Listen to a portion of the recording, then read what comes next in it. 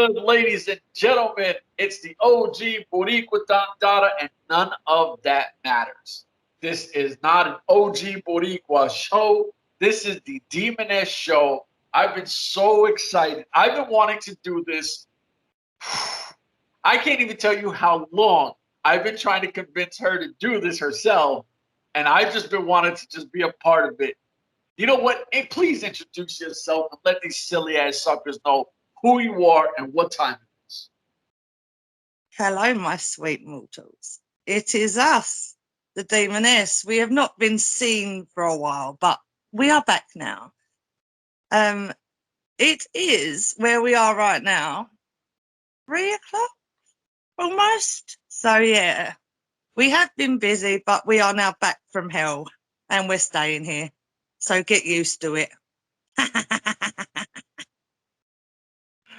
You know, I don't even know what to say after that, but we've been talking, and I was like, there's no one better to talk women's wrestling than with the Demoness. And obviously a huge Impact fan. I'm a huge MLW fan. We'll put the marriage together. We just had one of the greatest moments, I think, in Impact Wrestling history, watching, to me, one of my all-time favorite women, Awesome Kong, going into the Hall of Fame. And that was amazing. Oh, I mean, for me, I remember watching the Gil Kim Awesome Kong.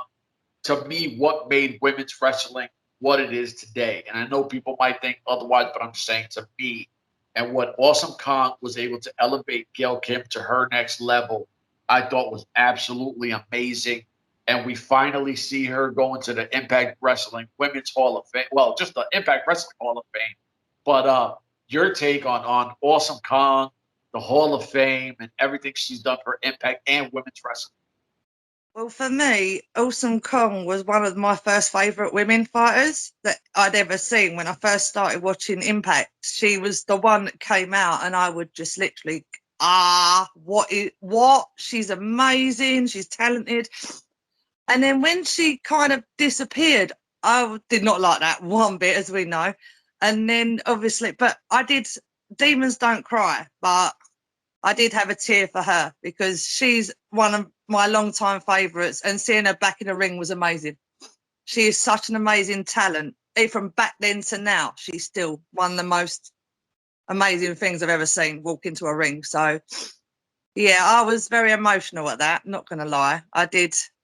Even the demon was, we was very emotional about it. And it's so dope because it's like every big moment that I remember from TNA was with Awesome Kong. You know what I mean? Like it was with Gail Kim with Awesome Kong or Awesome. You know what I mean?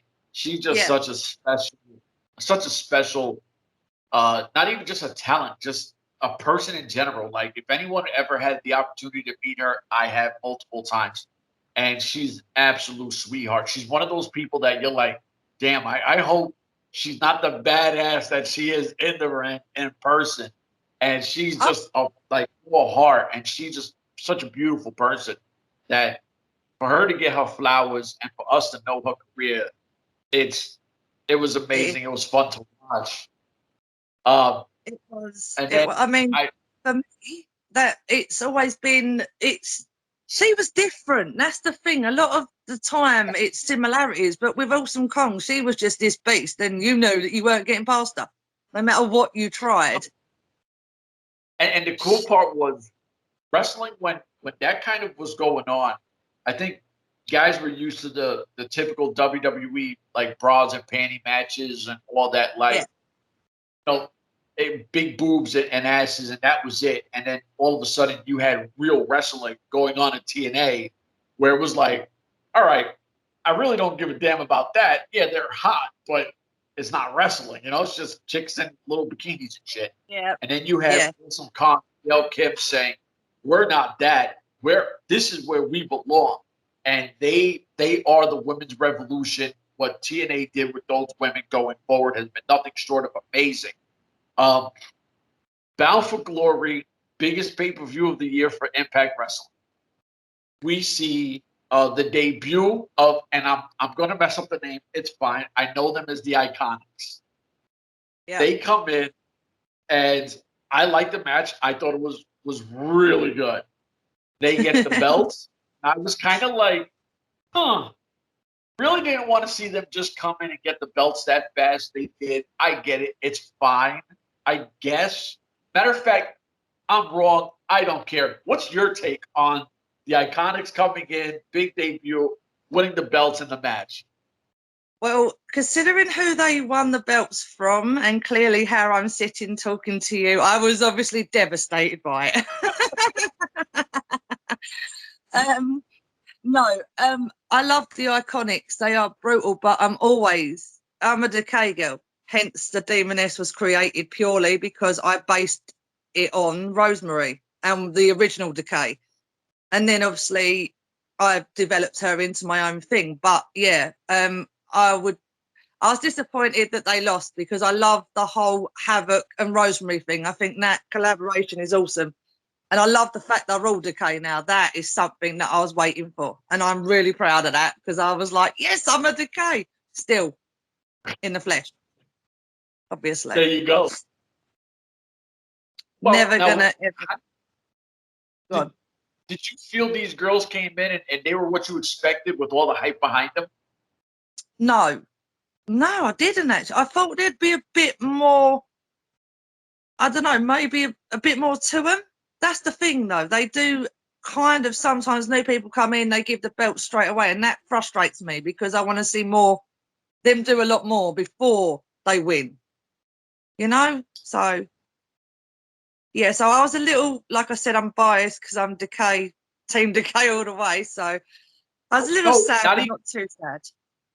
See, but I agree with you, and I don't think it's biased because when watching the match, I kind of sat back and was like, I felt that Decay kind of carried them, and I know a lot of people might feel different, but I felt that Decay really slowed down what they do to kind of match with them, and I was like, they didn't do what I thought they would come in. You think WWE think, all right, that's the premier level. They're going to come in. They're going to be able to compete with anybody.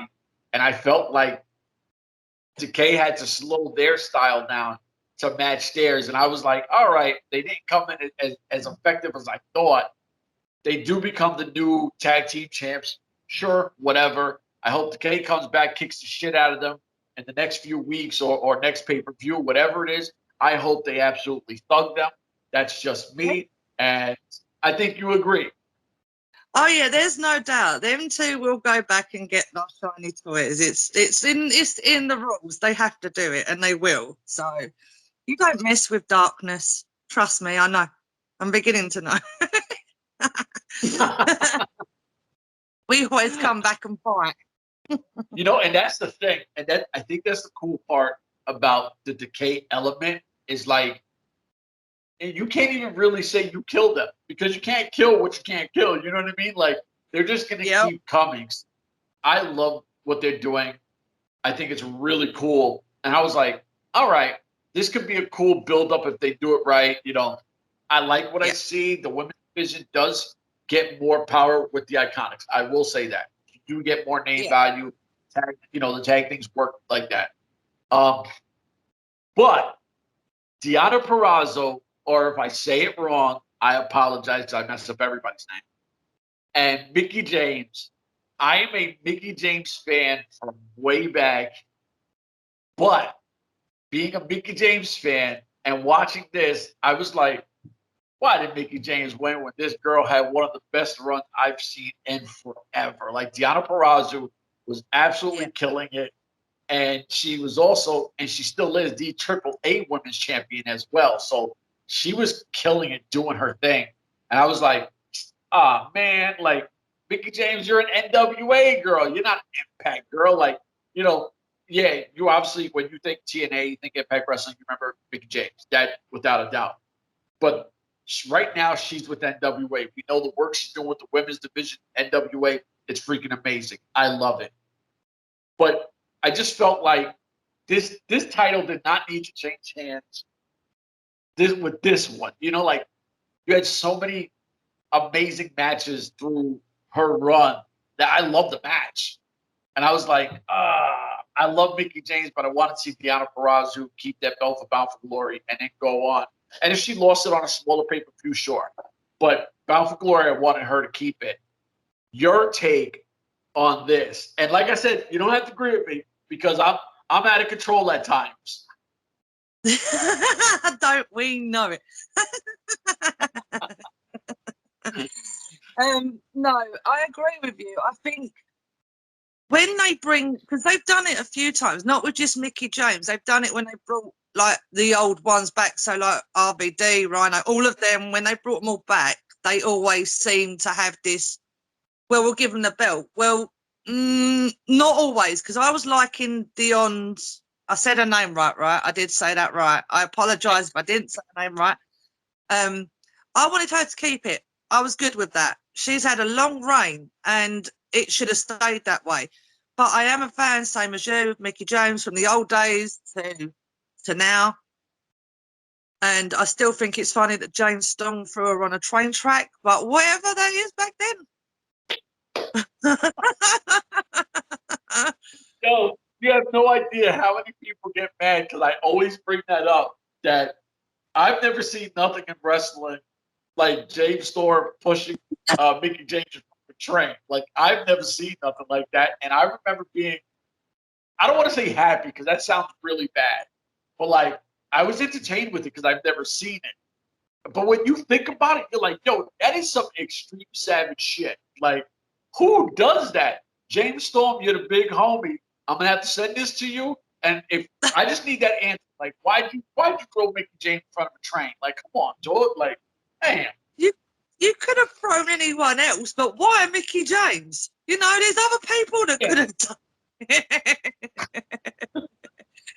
Sorry, James Storm, I love you, dude, but yeah, there was other people. Leave Mickie alone. For real. But I'm all right with it, but I'm not. I prefer the idea that it stayed with who it was with, and maybe let Mickie James be there a bit longer before, again, you say here's a title. Not that I'm dissing anyone, obviously, but they do. You need to like build it up a bit more, not just bring someone in and go, well, it's a storytelling, isn't it? That's the basis of it all. It's a story. They need to build more stories up before they go, oh, here's the belt. No, and I agree. Like I said, both women killed it. I mean, you know what you're getting from Mickie James. Mickie James feels like she hasn't lost a step in the last 15 years. You know what I mean? It's like when you first seen it, she's still doing right now. So it's nothing but respect to Mickie James. I just felt like, I don't know, I wasn't feeling we'll pull it off, give it to a legend, blah, blah, blah. I get it, sure. But now what do you do with Deonna Purrazzo? Obviously, the chase is to get back the belt, but then it's like, does she really need it after such a long reign? You know what I mean? Like, there's a lot of things that I went through BFG, and I was like, there were some highs, there were some lows. I enjoyed the show, but I was like, you have one of the most stacked women rosters in wrestling, period. And I felt that they could have done a little more. You know what I mean? Like, give it a little more, because not for nothing, for a while, the women's division was carrying Impact Wrestling. Like, the talk of everything was the women. So it's like, pay a little more attention to the women, because you do have, and not to take nothing away from the men, I do feel that the women's division is actually more talented than what they have on the male side. And it's not a shot. It's just, I can agree with you on that. Yeah. I mean, the males are just as good and are just as talented, but it's more about what's going on with the knockout side than what it is with anything else right now. And I've noticed that a lot recently as well. So, and I have sat there going, well, why aren't they doing more with the male? But the knockouts rule anyway. Of course they do. Big girls. You know what? It is what it is. I would love an hour of just women. Like, if they said, you know what, we'll give you a match here, during the week, do it the same way. But if Impact made an hour show and just had women, kind of like Shimmer, Shine, they have their women's division. If you just gave that to the women, I guarantee you would see some of the best wrestling, women-wise, anywhere on the planet, because of how stacked that roster is. And Yeah, I might be a little biased. I don't care, but I really want to see an hour of just the Impact women because I love the roster. I think they're super talented. I am a fanboy of Tasha Steelz, who I think can go with anyone. I love Gianna Purrazzo. Like, there are a lot of women on that roster that I'm like, boom, I need more of. So the I have whole one not mentioned. There's one, and she's another creepy person like me as well. When I was compared to her when I first started doing the demoness, not just Rose, Sue Young was the other one that I was compared to. Sue Young is one of my all-time favorite women. I love Sue Young.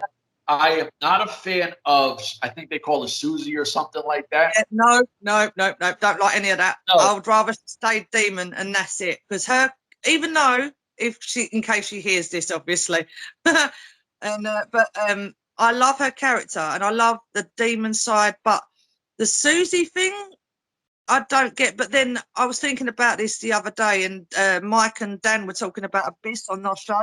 They did the same thing with Abyss that they're doing with Sue Young now. So it was like, but I do love how she brings the demon back every now. Like there's a smidgen in the humanity of it, and I like that. That side of it is cool. But why is she a lawyer? Why was the Abyss a lawyer? Why is it always a lawyer? Why can't he be something else? I mean, I love, like, the Undead Bride to me is so different than anything we've ever seen. It's its own thing. Like, everything about it is so unique, and it's like you have something in your pocket. Granted, I know it might be hard to try to do all the. You have Rosemary kind of in that whole demon thing. You have Sue Young. If you want, you can have some kind, like, what was that? I think it was called Valley of Shadows when the Kane went against somebody. Yeah, You the do Valley some of Shadows. crazy, you do some crazy shit like that versus like Sue Young versus Rosemary, and you have undead brides around the ring, and you have demons and shit, and Crazy Steve and that whatever something Taurus guy. Like, you have one of the most crazy dark kind of element matches that's going to be absolutely insane. Take advantage of it. You know what I mean? That's Yeah. you got to take advantage of the people on your roster. Even bringing Father James Mitchell into that, like when they did the whole alley and then they did Sue Young and then Demon Bunny and all of that, even if they redid that again, like they did do the Havoc Sue Young and them killing Father James, but he seems to come back to life a lot. But then again, I guess the demons always do rise. Take it from someone who's learned that a lot. But yeah. So, and I, like I said, I'm a fan of it. Obviously, I think that you can do a little more with it. And if you own a company, to me, my whole thing is you got to utilize the roster to its fullest potential while you have it. Especially with companies like ROH, MLW, Impact. A lot of the talent they come up and then they say, all right, I'm going to get the bag with WWE. And now you have AEW that's doing it too. So you're like, you have to utilize them when you have them here now. And then, when they leave, they leave. Or if they stay, you reward them for being loyal and all that good shit. But, like, if I have you, I'm going to utilize you to another level. And I think that's what Impact is a little slow to do at times. You're like, you have them in your pocket, use them. It drives you nuts at times. Yeah, it does. I can agree with you on that. It does, because you're like, there's so many things you can do with that, but you're not obviously thinking outside the box. You're staying in that box that you're really used to, and you need to expand that and get out of this box. And I think that's what a lot of us do as well. Like, we stay in that comfort zone, and you need to, I mean, I'm doing this right now. I'm talking to you as my character, whereas I could talk to you normally, but this is my way of doing this, if that makes sense. So I'd rather have my demoness portray than, obviously, as you all know me as Nicola, but the demoness is something I love dearly, and she's not going anywhere. So there you go. Bomb. Take that. Anybody that has questions, I told you, you don't get the other side, but you get this side, and that's the one that we are madly in love with. And I love my sis on the other side too, but I'll stick with the demoness. But I was about to do the laugh then, and then was like, no, but I will for you. But listen, I love Bound for Glory. I thought it was a great pay-per-view. On the other side, we have MLW. We've got a few women matches. You know, you have some Brittany Blake, you have Willow Nightingale, you've had Holly Dead, who I know you're gonna dig Holly Dead. Holly Dead is super cool. She has some, I think his name was Dr. Oak or some weird shit like that. Some chubby little dude from Rochester, New York. I have to throw out Rochester because Evil won't say it's from Rochester, and he's like, that guy's from Rochester, so put some respect on his name. The guy that I'm never going to remember, he's from Rochester. So she's pulling him out. Yeah, I got to do it. So she pulls him out looking like Michonne from The Walking Dead. I'm like, what the hell is this? She gets, she winds up, she wins her match. Willow Nightingale comes to the back. She stomps her out, and I'm like, I love Holly Dead. I liked her before. I love her even more. Like, you're seeing a character progress, and it's kind of like when we were saying with Stu Young and Rosemary. The more you see them, and the more you see that character keep taking forward, taking that next leap, it's kind of like a horror flick in a way that you're into because you're like, holy shit, this is pretty dark, and it just keeps getting better and better. And I was like, I love what MLW is attempting to do with the featherweight division. Women's wrestling has never been as hot as it's been over the last few years, and I think that if you don't have a women's division, there's something wrong with you. There's 6 million women that are wrestling all over the world that you could literally say, wow, that independent chick is amazing. How come she's not signed? Like, the talent pool is so amazing that you got people like Christi Jaynes, who I didn't know until recently seeing a video that she's doing lucha stuff. And I was like, oh, never seen her flying off ropes and doing her karanas and shit. And I'm like, it's not just her. Like, every woman is going into that bag and just taking, I'm going to learn this, then I'm going to learn that. And then they make this massive thing. And gentlemen, I don't want to sound like an asshole, and I'm going to do it because, listen, I'm a guy. I can say when I feel where women have officially taken over. When you watch a male wrestler, they kind of stay in their lane. You know what I mean? Like, a big guy is a big guy. They might dabble in a little aerial stuff. When you see the women, they're doing submission holds. They're jumping off ropes. They're doing hardcore shit. They're doing high flyer stuff. Like, the women are going, y'all stay in your lane, and we're going to do everything because we're bigger, we're better, we're stronger, we're faster. And the key part, women are just smarter. Gentlemen, I'm sorry to tell you, they're just smarter. We're fucking idiots. I'm going to have to agree. Men are not idiots, but we are we are an evolution. We do.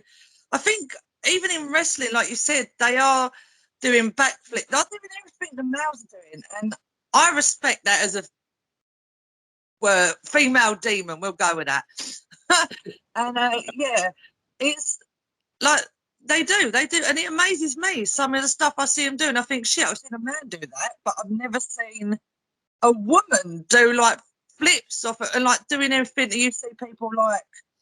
Who can I use an example? There's loads of people who are high flyers, but when you just sit there and you think, yeah, wow, she's done that. So that, yeah, women rule the world. That's exactly how you should look at it. You know what? Like I always tell people, and I'm from a single mom, so it used to irk me because I was like, man, my mom be talking crazy at times. And she would always say behind every successful man is a strong woman.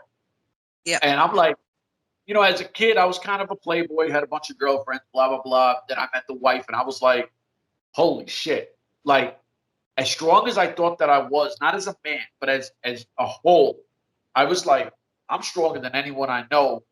And then I deal with my wife, been with her for 22 years. I'm not half as strong as she is. Like, she's just on another level. And I'm not, like I said, this isn't because it's a women's show. I'm just keeping it honest. Women have they have something in their DNA that men don't have. You can lift all the weights you want that makes you physically strong. Mentally strong, I think women have this level we can't go to that it's just sitting there for them to take it. And we can try to fight for it, but we'll never get there. I know what you're talking about as well, because obviously, Brother Dave, and he says along the same things as like you do. He says that I'm on one level, he's on another, but we're equal at the same time. So yeah, it is that way, I guess. But I think all of us are equal. That's my way of looking at it. Men and women, we're equal. That's it. There's no man's better, woman's better. It is straight down the middle. Yep. And that's the part that I think we're finally getting with this woman stuff is like, for so many years, we were kind of, they're just hot chicks in little outfits. You know what I mean? Like, and yep. Since TNA, it gets a bad rep, whatever people want to, hate on it or whatever. But women's wrestling from TNA is where I think it started. And you're like, holy shit, look where we're at, where you've had women main events. You have women who, sell out shows because they're there. You know what I'm saying? Like right now, especially right now with what Deonna Purrazzo's been doing, it's been crazy. The Gail Kims, and you could go down a crazy list of Becky Lynch's, WWE. Britt Baker has been killing it. You have so many women right now that you look, and I'm going to let me shout out Ruby Reyes from PCW Ultra. Yes, she just lost the title, but that girl was kicking ass for a hot minute. Love Ruby Reyes, and I got to shout out Josef Samael for pointing me in that direction because I asked him the question, and he was like, check her out, and she is absolutely phenomenal. And I was like, this girl needs to be on somebody's promotion on TV because she is absolutely killing it. Is there anything that I've missed so far? No, you've nailed absolutely everything. And also, like I said to you before we started this, it's been a long while since I've done podcast or anything. So I'm quite honoured that the first person I'm doing this with is my big brother. Listen, honestly, how long have I been asking you? I've been asking you for a while, like, yo, I got to get you. You started asking me, I think it was the middle of last year, weren't it? I think that's when it started. Yep. And then I was kind of in and out of hell, we'll call it that.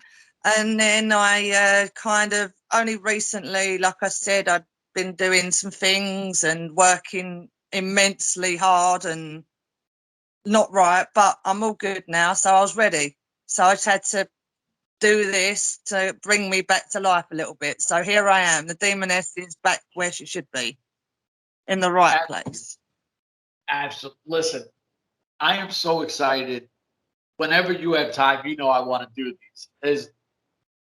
I like doing, especially with people I actually deal with. You know what I mean? Like to just do these and you're like, whatever. But when you do it with people you care about, it's such more of a fun podcast. It's more organic. You have a lot of fun with it.